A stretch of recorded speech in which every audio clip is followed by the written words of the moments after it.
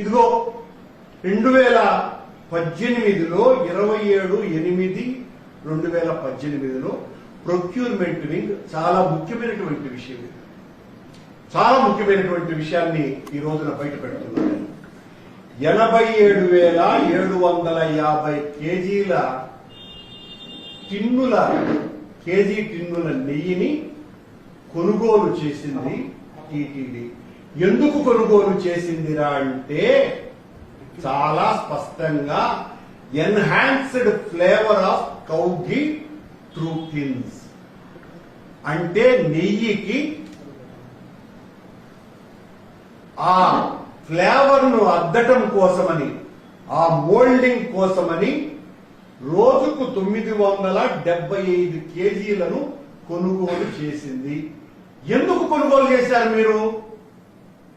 ఎందుకు ఆ మోల్డింగ్ కు ఎన్హాన్స్డ్ ఫ్లేవర్ ఘీ అంటాలనేటువంటి ప్రయత్నం చేసినారు?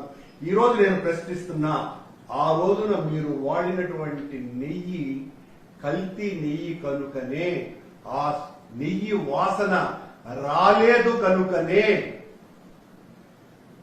Enhanced flavour of cow ghee through tins అని 3,75,00,000 రూపాయలకు మీరు కొన్నారు. ఇంతకంటే సాక్ష్యం మరొకటి ఉందా? మీ హయాంలో కల్తీ జరిగింది అనటానికి మీరెందుకు దానికి ఫ్లేవర్ రావాలని అనుకున్నారు? సమాధానం చెప్పాలా?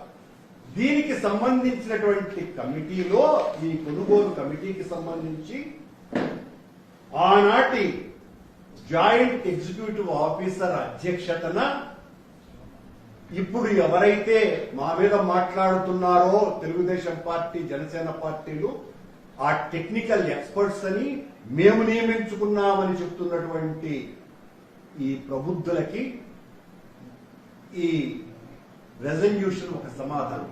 2018లోనే విజయభాస్కర్ రెడ్డి అనేటువంటి వ్యక్తి ఆ టెక్నికల్ కమిటీలో మెంబర్, బి సురేంద్రనాథ్ అనేటువంటి వ్యక్తి అప్పటి సభ్యుడు. వాళ్ళు అప్పుడు ఉన్నారు, మా హయాంలో ఉన్నారు. ఇప్పుడు నిందితులలో ఆ విజయభాస్కర్ రెడ్డి, సురేంద్ర ఉన్నారు. అలాగే ప్రొక్యూర్మెంట్ జిఎం కూడా ఆనాడు ఉన్నటువంటి వ్యక్తే ఈనాడు నిందితుడుగా జైల్లో ఉన్నాడు. అలాగే టెంపుల్ ఎఫ్ఏసిఏఓ అప్పుడు ఎలా ఉన్నారో ఇప్పుడు అలాగే ఉన్నారు.